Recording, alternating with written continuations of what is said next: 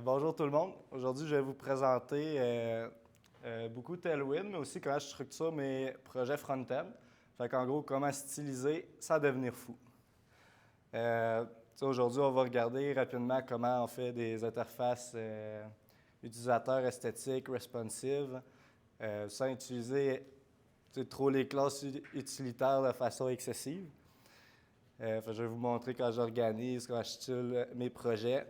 Puis aussi, comment on fait pour avoir un projet qui est maintenable, puis comment on peut réutiliser entre nos projets les composants qu'on fait, puis tout ça. Tailwind, c'est beaucoup puissant, mais facilement, ça peut devenir messy si on ne fait pas attention. Dans un premier temps, on va regarder Tailwind CSS. C'est quoi, ça fait quoi, comment on utilise ça. On veut aussi comprendre les bonnes pratiques. On va aller regarder c'est quoi qu'on peut faire avec cette technologie-là. Après ça, j'ai quelques exemples de code qu'on pourrait explorer ensemble. Puis pour finir, on va prendre le temps de faire une analyse de ces pratiques-là que je vais avoir mentionnées. Qu'est-ce que c'est ça, Tailwind? Par curiosité, y a-t-il du monde qui l'utilise? Oui, c'est assez une librairie populaire. Pour commencer, Tailwind, c'est un framework qui est utility first. Dans le fond, c'est un framework de styling. Dans le fond, c'est utilisé avec CSS. On va venir, c'est plus orienté utilitaire. On va venir utiliser les classes CSS mais de façon singulière. Je vais revenir là-dessus un peu plus tard. Chaque classe contient une ou plusieurs propriétés CSS, puis on fait juste appliquer directement sur la balise. Chaque classe a son usage unique que tu viens mettre un peu où tu veux, contrairement à d'autres solutions comme Bootstrap, où tu viens spécifier la classe, tu viens spécifier à la balise une certaine classe qui vient rajouter plusieurs styles en même temps. Là, on va venir faire une combinaison de propriétés CSS directement dans le markup, directement dans l'HTML, pour avoir quelque chose qui affiche à l'écran. Aussi, qu'est-ce qui est le fun, c'est que Tailwind CSS inclut de base un système de design par défaut, structuré, qu'on peut suivre. Ça va faire en sorte qu'on n'a pas à inventer 10 millions de couleurs, 10 millions de spacing différents, que nos trucs ont des pixels qui fit ensemble.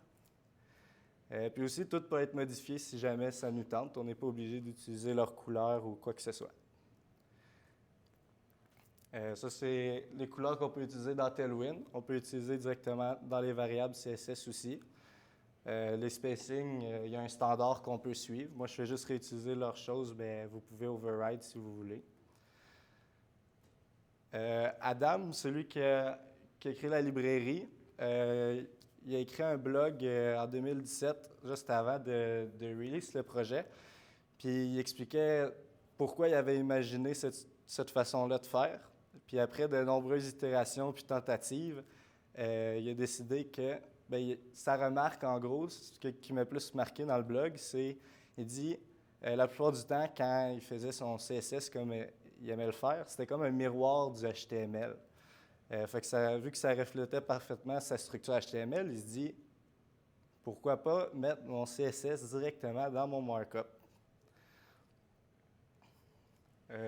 Ça, c'est à quoi ça pourrait ressembler du Tailwind. Moi, dans mon cas, j'aime surtout ça, laisser libre, mettons, mes flex puis mes spacing. Comme ça, avec un quick look, je peux voir où sont placés mes éléments. Puis comme vous pouvez voir directement dans VS Code, on peut voir rapidement c'est quoi les classes qu'on peut mettre. Ici, mettons, on pourrait mettre un text neutral qui a une certaine couleur, puis spécifier l'intensité de la couleur. C'est vraiment une propriété CSS, une classe. Pourquoi le monde aime beaucoup utiliser cette librairie-là? C'est surtout qu'ils ne veulent vraiment pas choisir des noms de classe CSS. Moi aussi, ça m'a vraiment fait chier auparavant. On passe plus de temps à réfléchir sur le nom que styliser nos affaires. Souvent, ça a le même nom que le component aussi. Aussi, Tailwind nous apporte une flexibilité énorme qu'on n'avait pas nécessairement avec Bootstrap ou d'autres solutions. On peut faire des modifications rapidement dans le code juste en regardant les structures de projet. On n'a pas besoin de créer une nouvelle classe juste pour changer, mettons, une couleur. On n'a pas besoin, mettons, de faire un bouton version 2. Pas besoin de changer de fichiers, de se promener entre les fichiers HTML et les fichiers CSS pour faire des changements, ce qui accélère le développement. C'est beaucoup populaire pour standardiser, fait que les librairies de composants ou peu importe les solutions qu'on utilise en ligne offrent souvent une solution qui utilise Tailwind CSS. Et aussi, le code est beaucoup plus portable avec ça. Facilement, je peux faire un copier-coller d'un composant que j'ai fait dans un autre projet, le ramener dans le projet sur lequel je travaille. Je n'ai pas besoin de parcourir un fichier CSS de 10 000 lignes. Les changements semblent plus sûrs. C'est spécial à dire, mais quand on vient changer le CSS, des fois, on n'est pas trop sûr si la classe est utilisée ailleurs, puis si on fait un changement, est-ce que ça va tout modifier le style d'un autre composant qu'on ne voulait pas changer. On n'a plus ben à craindre ça. Il y a aussi des raisons pourquoi on ne voudrait pas l'aimer. C'est beaucoup répétitif. Si on utilise des classes, des listes de classes pour faire un container, puis on veut le même style ailleurs, on fait copier-coller, ça fonctionne comme ça. Aussi, ça fait une surcharge dans le markup.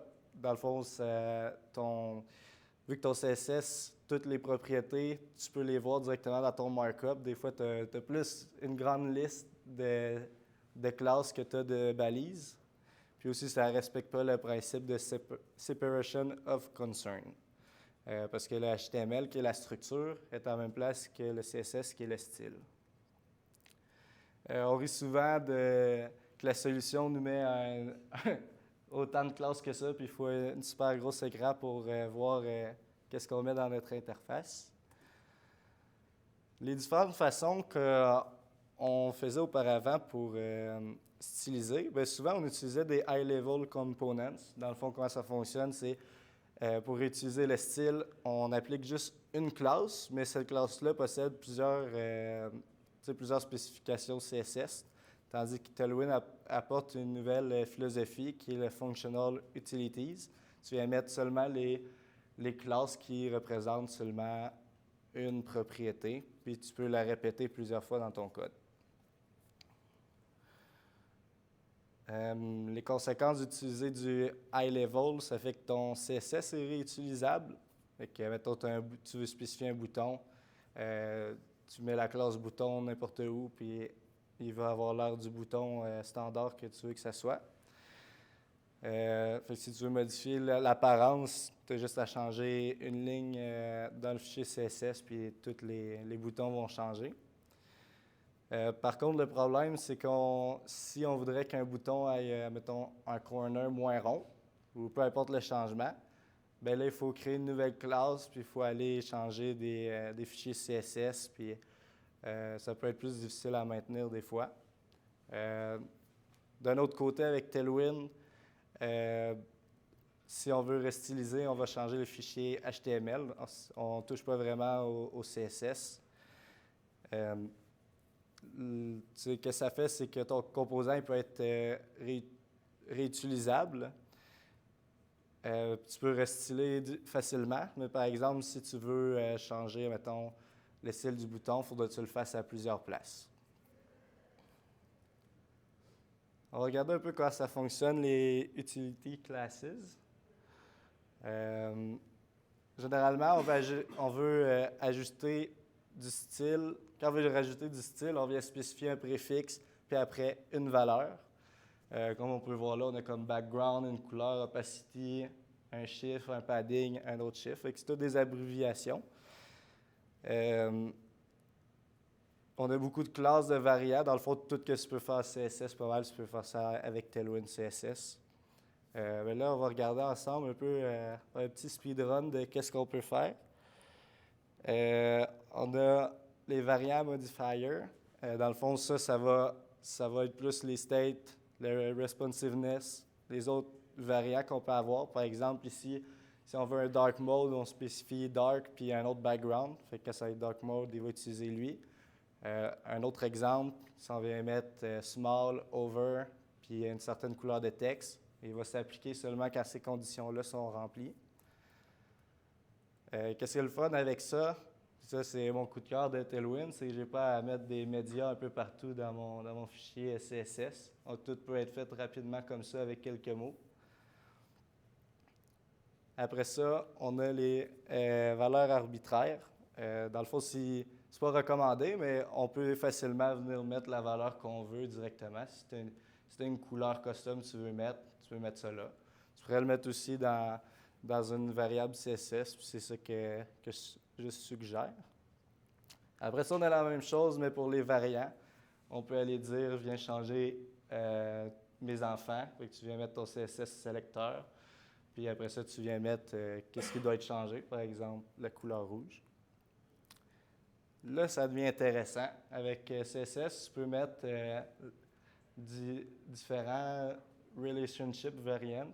Dans le fond, tu pourrais spécifier group. Ce que ça va venir faire, c'est quand la div sur le dessus du bouton va être over, ça va ajuster la couleur.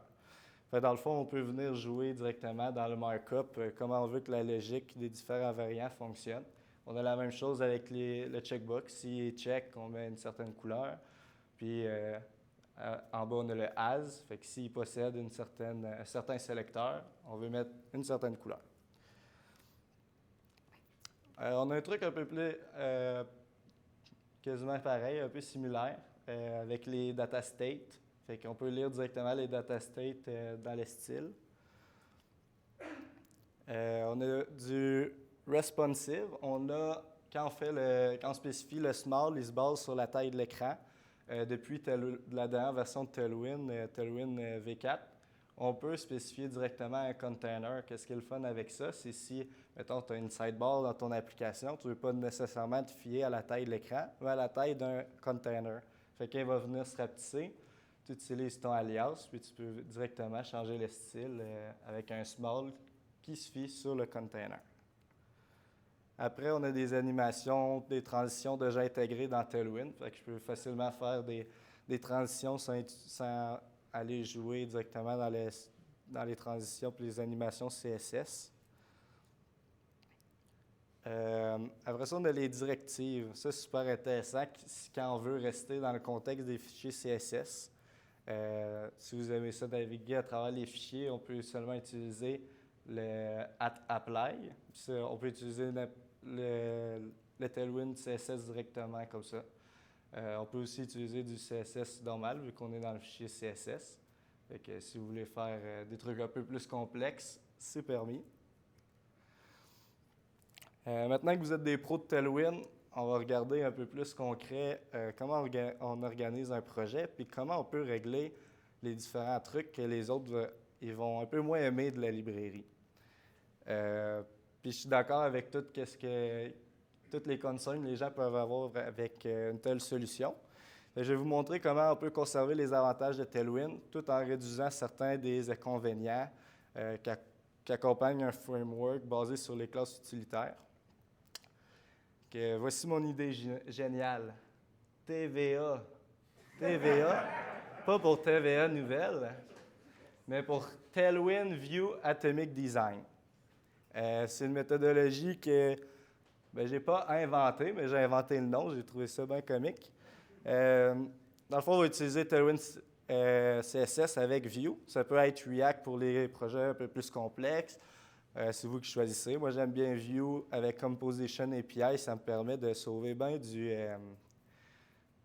boilerplate, puis je trouve ça un peu plus facile à naviguer. Puis, vous pouvez utiliser Angular aussi. Je vais juste vous juger un peu. Sinon, j'utilise aussi Atomic Design. Je ne sais pas si ici, il y en a qui connaissent Atomic Design. C'est bon, ça, c'est bon. Fait que je vais revenir dans les prochaines slides là-dessus. Puis, juste pour un heads-up, avec Vue, j'utilise beaucoup Nuxt. Fait que dans mon projet, vous allez voir un peu une structure similaire à ce qui est proposé de base avec Nuxt, qui est le Next de Vue. Atomic Design, fait par le fameux auteur Brad Frost. C'est une méthodologie, c'est une méthodologie composée de 5 étapes.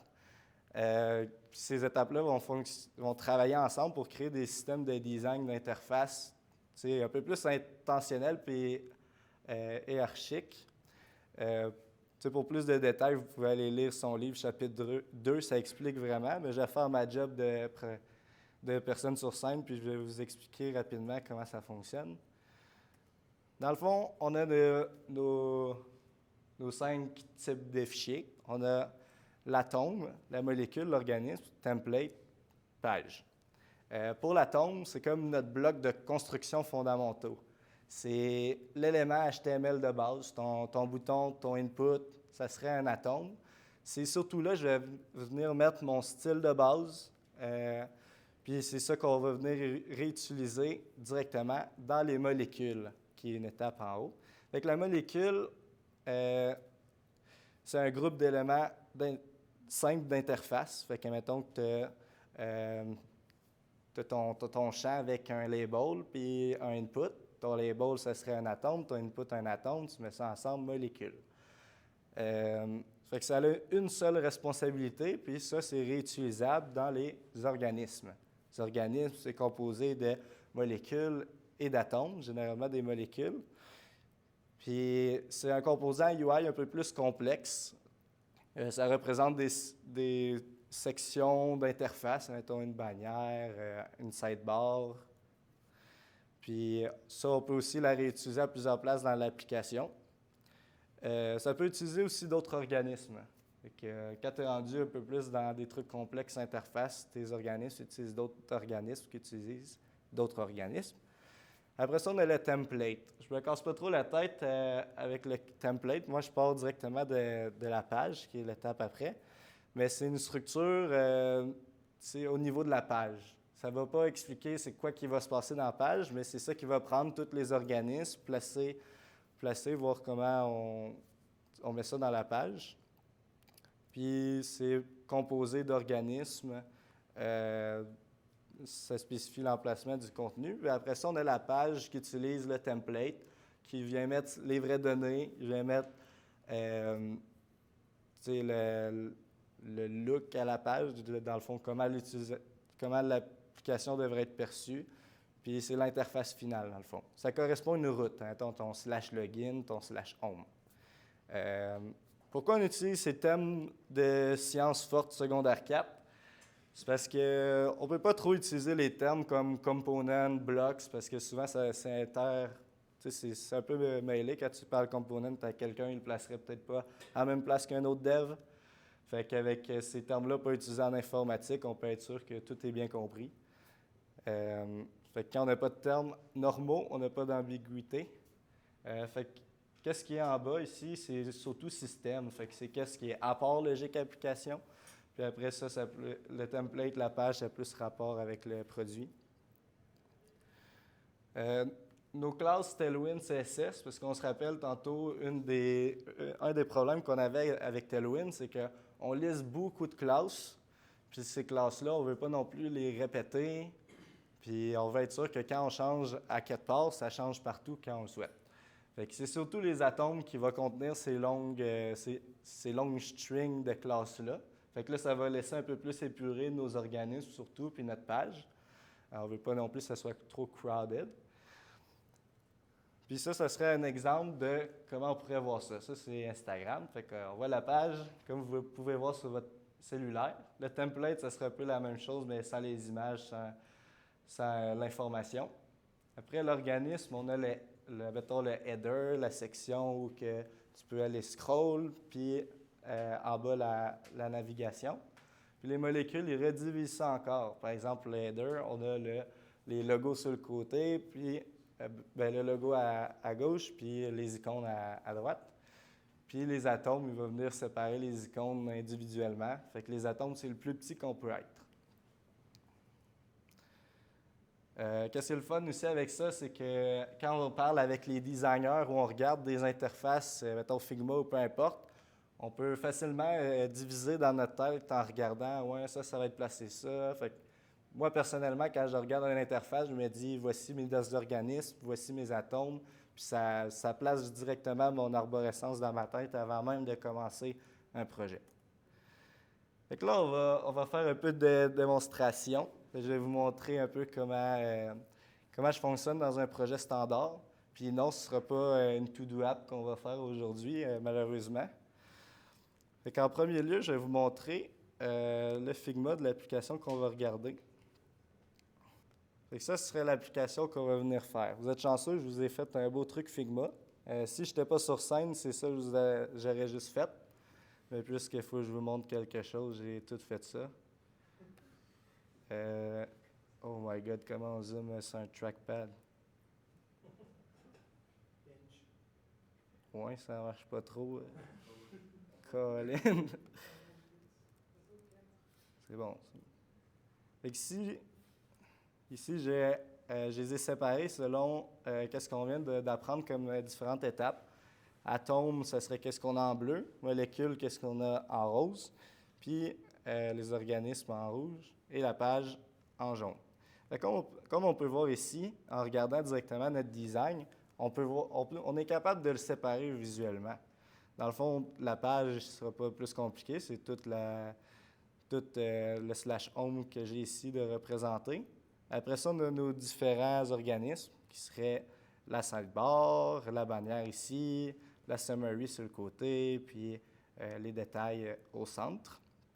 Si on prend par exemple la bannière, on peut séparer ça en molécules. On a directement le header avec le get ticket, avec la date. Après ça, on en a pour les tags, puis pour les autres informations. Après ça, titre, subtitle, tout le kit. Vous avez compris.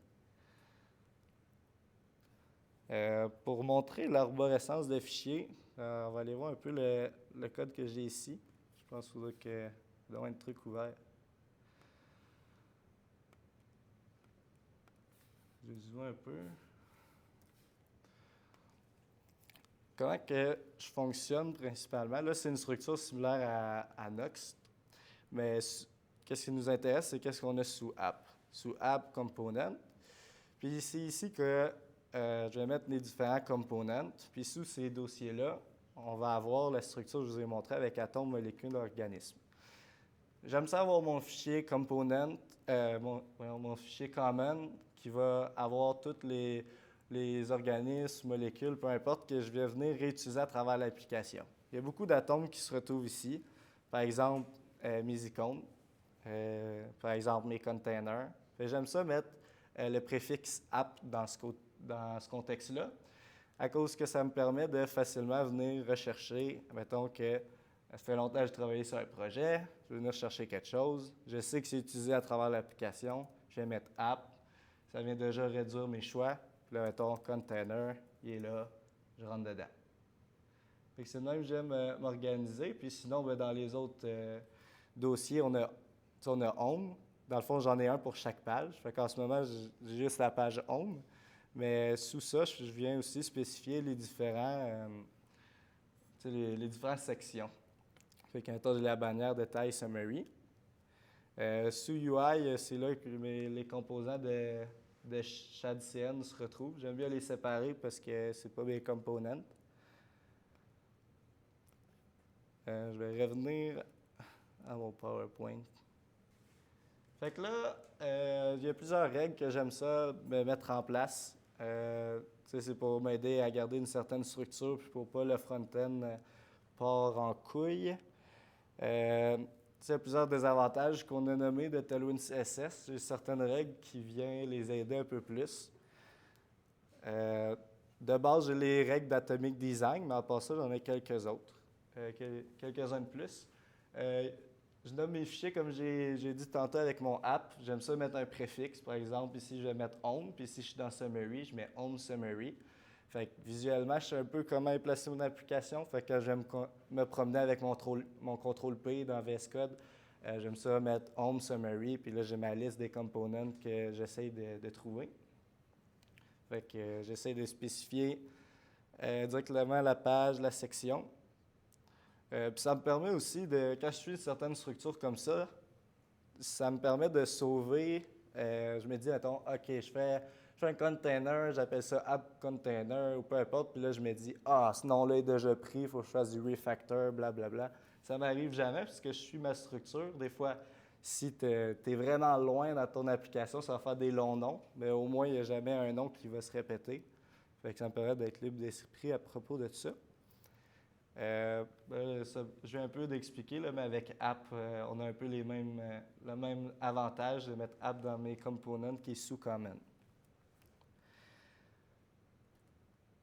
Troisième règle, utiliser des wrappers. Tout le monde ici, front-end, devrait utiliser des wrappers parce que la journée que ton client il va dire « Moi, j'aime pas l'icône de poubelle, je veux que la poubelle ait un capot dessus. » Expérience vécue. Il faudrait que vous venez changer l'icône, puis juste le changer à une place, ça va vous sauver plein de temps. Puis aussi, vu que j'utilise une librairie externe, si jamais elle ne marche plus, puis je décide de changer ça, je peux le changer juste à un endroit. Quatrième règle, utiliser les variables CSS. Je vais vous montrer un peu la puissance de faire ça tantôt. Mais le fait d'utiliser des variables CSS, c'est un peu comme les wrappers, mais pour le style. Si le client il décide, on change, ben, j'ai juste à changer à une place. Fait que je viens mettre même mes couleurs de background ici, mes couleurs de texte, couleurs muted. Puis qu'est-ce qui est le fun, c'est que dans mon CSS. Fait qu'ici, si je m'arrête dans mon fichier CSS, on peut voir que je vais mettre toutes mes couleurs, mais je peux aussi mettre mes couleurs pour mon dark mode ici. Parce que la librairie de Nox Dark Mode, il vient juste mettre une classe dark mode à la racine. Fait que là, tout ça va venir override mes affaires. Fait que ce qui est intéressant à faire ça, c'est que quand tu vas dans ton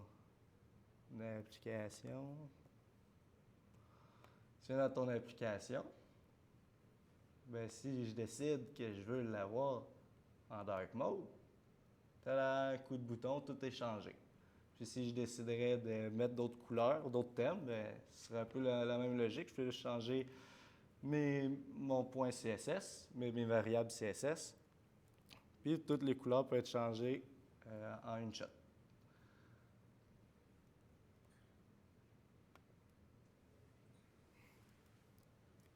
Pourquoi j'ai une petite télé? C'est pas grave. Question. Oui? Comment tu utilises des variables CSS dans Tailwind? Tu dois avoir... Ah, ouais, je peux vous montrer. Ouais.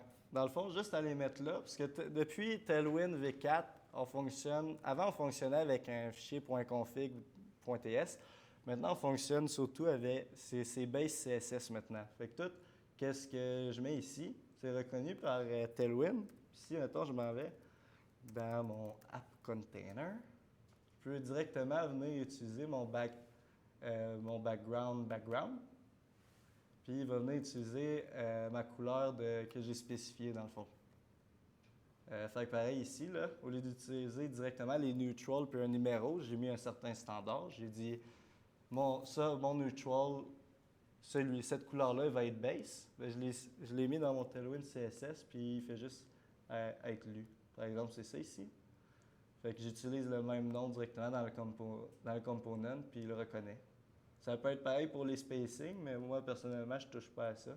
J'utilise ce standard. Surtout pour les couleurs, je fais ça. La suggestion que j'ai pour vous, c'est de privilégier le padding. Dans le fond, quand on vient inspecter une page HTML, on peut quand tu mets ton curseur, tu peux voir quels paddings sont où, puis tout le kit. Quand tu utilises des margins, des paddings sans trop y réfléchir, ça devient difficile de deviner où tes éléments vont aller quand tu vas venir changer le tout. Fait que au lieu d'utiliser des paddings puis des margins, si vous pouvez, utiliser des paddings. Les margins, c'est super intéressant pour centrer les affaires. Fait que j'y prends respectivement pour ça. Fait que ça me permet de savoir un peu comment j'organise mes affaires. Deuxième suggestion, c'est utiliser les imports alias. Qu'est-ce qui est intéressant, c'est que souvent que je vais faire, quand je fais une interface, je vais faire super rapide, je vais tout mettre ça dans un component, puis après je vais aller sortir ça dans des organismes, des molécules, puis tout ça. Fait qu'en mettant des alias import, j'ai pas besoin de tout le temps gosser après mes import, à changer les fichiers partout. Puis, tu sais, vu qu'on joue beaucoup dans l'arborescence, vu que ça n'a pas besoin d'être changé, ça se fait, la liaison se fait tout seul plus facilement.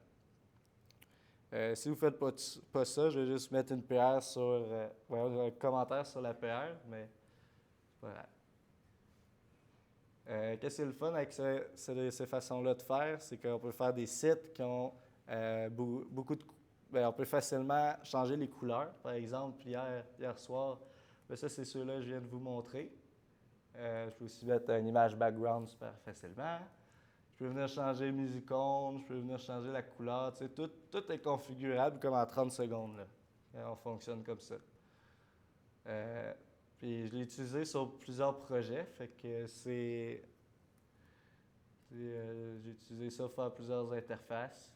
Fait que qu'est-ce qui est intéressant, c'est que c'est quelque chose que je sais fonctionner. Puis maintenant, si j'ai fait un certain component dans ce projet-là, mon nouveau projet, je peux facilement copier-coller, vu que j'utilise la même philosophie. Puis le fait d'utiliser des alias import, puis utiliser mon Tailwind directement dans le markup, je fais un copier-coller du component, puis boum, ça passe super bien.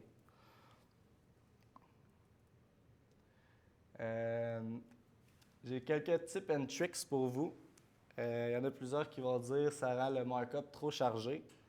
Moi, j'aime ça voir le style, mais je peux comprendre pourquoi il y en a qui n'aimeraient pas ça, voir toutes les classes HTML. On a Tailwind Fold, si vous ne connaissez pas, c'est une extension de l'IDE. Fait que là, facilement, on peut venir closer les classes pour pas qu'on puisse le voir. En fait, je vais vous montrer rapidement. Dans les extensions, Tailwind Fold. Oh, je suis pas capable de fetch. Bon. En gros, ça va venir closer directement les classes pour pas que tu les vois, puis sur le over, tu pourras les voir. Fait qu'il y a cette solution-là. Sinon, deuxième solution, tu peux facilement en Vue.js mettre une balise script dans le même fichier, pas script, mais style dans le même fichier, puis mettre directement tes classes CSS, si tu aimes ça séparé de ton markup. Fait que la philosophie, elle marchera encore de cette manière-là. Deuxième type, ça prend beaucoup de temps pour décomposer autant de composants plus petits. Réponse courte, oui, ça prend du temps. Ça m'aide surtout au long terme. Si vous faites un projet pour l'ami de votre mère, un petit site web, une page, je pense pas que ça vaut la peine de se casser la tête. Moi, ce qui est intéressant, c'est que je vais mettre rapidement tout dans un component, puis après, je subdivise, comme je disais tantôt. Fait que c'est pour extraire les blocs de code. Ça, c'était pas mal long. Puis je l'ai remarqué beaucoup, fait que je me suis fait une extension VS Code qui est sur le marché si jamais vous voulez l'utiliser. C'est assez simple.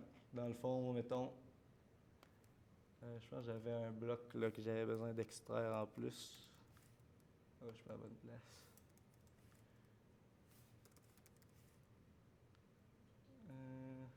Ici. Mettons, il commence à avoir beaucoup de stock. Puis là, je me dis, je devrais sortir ça. J'ai mon extension TVA nouvelle qui va venir séparer dans un nouveau fichier. Fait que là, il me demande est-ce que c'est common ou c'est pas common. Dans mon cas, ça ne l'est pas. Après ça, je peux venir mettre un nom. Il met déjà mon préfixe que j'ai besoin ici. Fait que là, je suis dans Home Banner. Je peux mettre un Home Banner Overview ou quelque chose comme ça. Puis là, dans ce contexte-là, nous, ça serait un organisme parce que j'utilise mon Home Banner Header là, qui est un organisme. Qui est une molécule. Puis là, je viens faire ça. Tout est importé. Là, il n'est pas parfait. J'ai des trucs à améliorer, mais il me resterait à importer directement les fonctions qui sont utilisées. Mais tu sais, il a compris que j'ai extrait cela. Il vient me le mettre directement avec mon alias import. Puis si on regarde l'arborescence des fichiers, c'est bien déplacé ici. Fait qu'il resterait juste à importer ça, puis tout est beau. Je peux mettre des props au besoin. Ça, c'est l'extension que j'avais faite sur mesure, parce qu'il n'y avait pas trop de solutions comme ça sur le marché quand j'ai cherché, surtout pas pour Atomic Design. Oups, j'étais d'avance. Fait que si vous voulez aller voir, c'est Extract TVA. Mais c'est vraiment spécifique à mon cas, là. C'est quelque chose qui est fait sur mesure, pas mal hard-codé pour cette façon de programmer.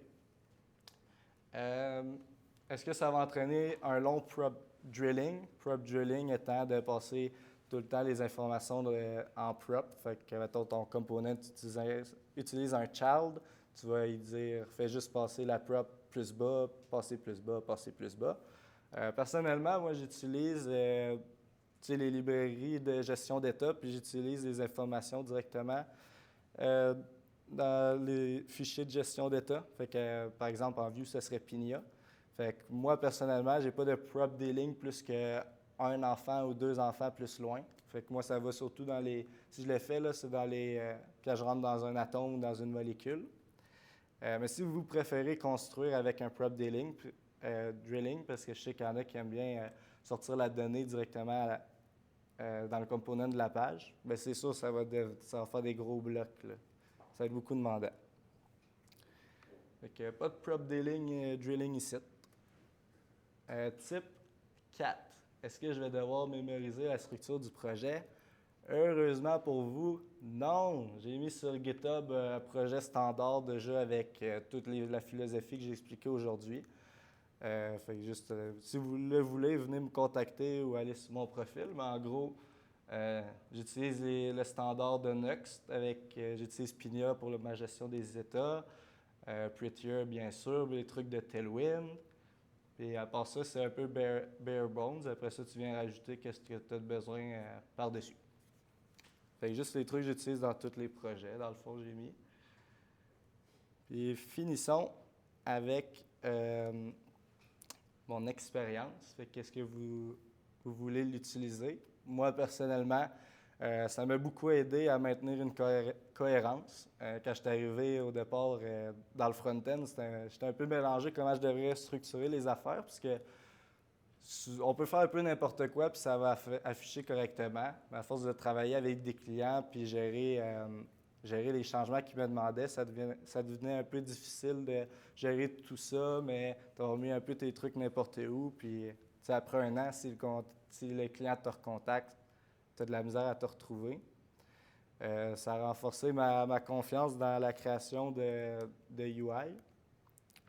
Fait que là, vu que toute cette charge cognitive que ça me prenait de savoir où placer les affaires, vu que j'ai placé ça dans les certaines règles, bien, je me concentre sur ce qui est plus important, qui est l'expérience utilisateur, puis la logique que j'ai derrière l'application qui rend mes interfaces vivantes.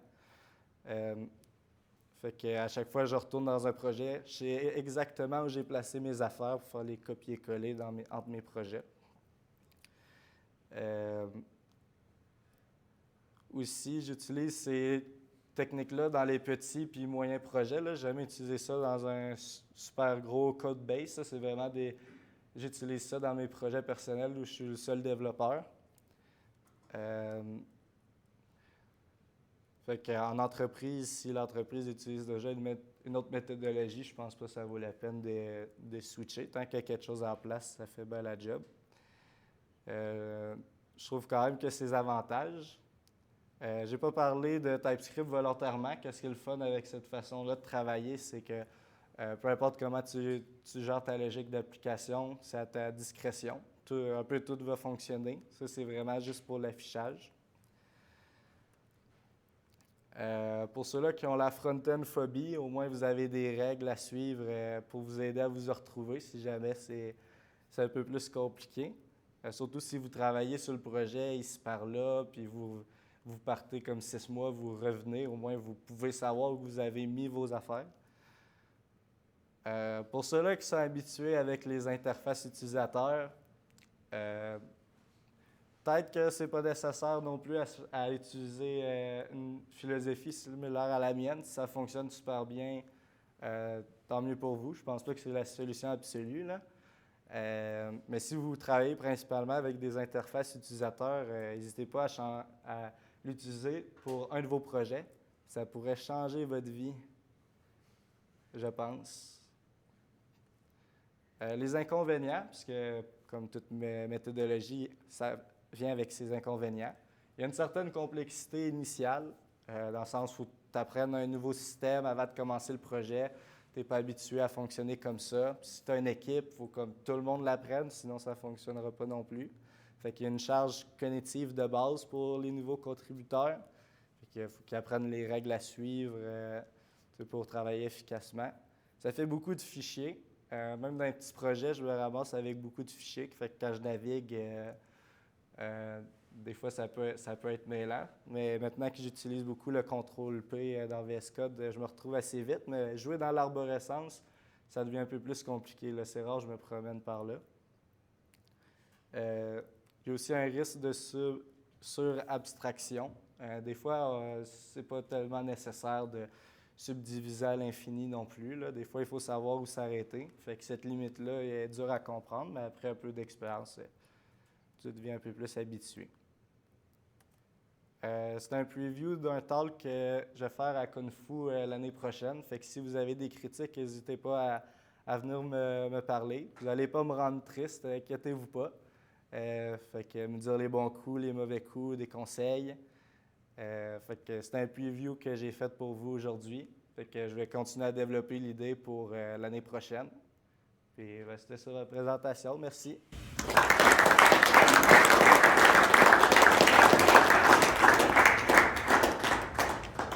Des questions? Oui, avec une quantité de classes utilitaires comme ça, ton fichier CSS va devenir énorme. Ah oui, avec toutes mes variables CSS? Exact. Oui. Okay. Oui. Bien, je pourrais le séparer en plusieurs classes, là, dans plusieurs fichiers. Dans ce cas-là, c'est sûr qu'avec mon petit projet, j'aimais ça tout avoir à la même place, vu que pour la démonstration, je pouvais changer facilement pour les photos que j'ai mises dans la présentation. Je pouvais changer les couleurs et tout. Mais c'est ça, pour un gros projet, tu pourrais séparer ça dans plusieurs fichiers. Toi, tu sépares généralement les... Non, souvent, je pense que Tailwind aussi optimise le fichier CSS. Il y en a ceux que tu n'utilises pas. Ouais, c'est ça. Pas toutes les classes possibles. Ouais, ça, les classes, je n'utilise pas. C'est pas dans le produit fini quand ça arrive sur le web. On va On va applaudir ça.